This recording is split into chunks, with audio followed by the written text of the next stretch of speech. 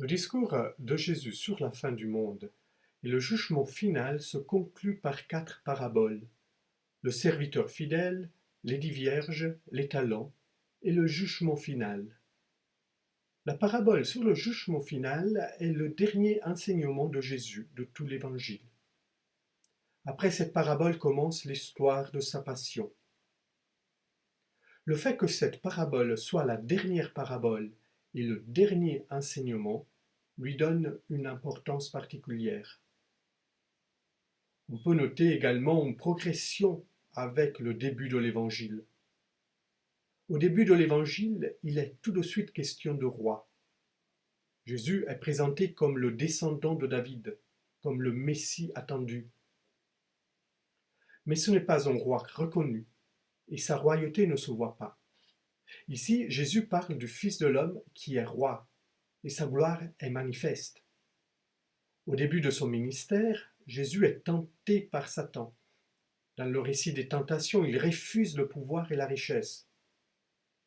Dans cette parabole, toutes les nations de la terre sont en présence du roi et sont jugées par lui. Ce n'est pas dit explicitement. Le récit de la passion le dévoilera un peu plus, mais pour Matthieu, le Fils de l'homme, le juge final, le roi de l'univers, est évidemment Jésus. Le déroulement du jugement est en soi assez banal. Les nations sont jugées selon leurs œuvres. Ceux qui ont prêté assistance au roi, qui l'ont nourri, désaltéré, habillé, soigné, visité, ont la vie éternelle. Ceux qui se sont montrés indifférents reçoivent la condamnation. Jusqu'ici, on pourrait croire qu'il s'agisse d'une histoire morale assez banale. Mais il y a 2 éléments qui lui donnent de la profondeur. Le premier de ces éléments, c'est l'identification du Fils de l'homme avec ceux qui ont faim, qui ont soif, qui sont persécutés, qui sont malades, qui sont nus. Cette même identification, nous la retrouvons au moment du jugement et la crucifixion de Jésus. Il y a dans le déroulement de cette parabole différents éléments qui peuvent donner origine à des interprétations diverses. Le fait que les personnes jugées appellent le Fils de l'homme Seigneur, et le fait que le Fils de l'homme appelle les plus démunis mes petits frères pourrait faire penser que le jugement s'adresse à l'ensemble de l'Église qui est jugée sur sa solidarité entre les membres les plus fortunés et ses membres les plus faibles, les plus démunis.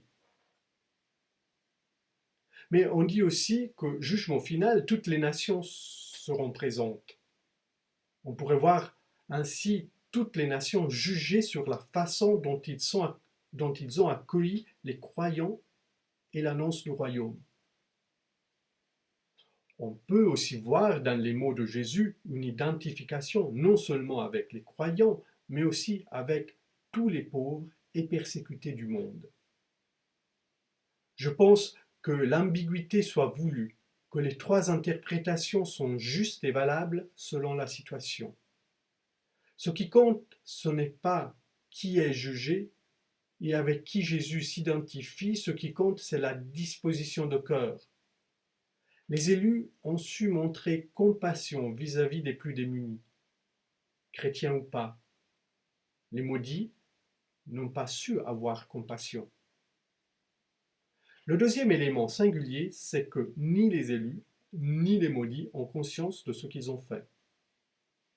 Dans les sermons sur la montagne, Jésus avait invité ses disciples à ne pas agir pour recevoir l'approbation des hommes, mais à agir dans le secret. Ici, le secret est tellement profond, tellement habituel que les élus n'ont même pas conscience d'avoir fait le bien. S'agit-il d'une attitude d'esprit devenu naturel? Le royaume aurait-il germé dans leur cœur sans qu'ils s'en soient aperçus, comme la graine dans la parabole?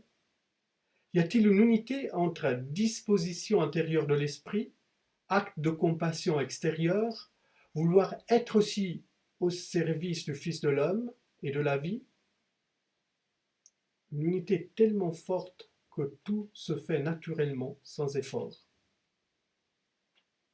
Comme le jugement s'adresse à toutes les nations, il faut peut-être avoir l'humilité d'admettre que d'autres personnes, d'horizons et religions différentes, seront admises dans le royaume de Dieu en vertu de leur compassion.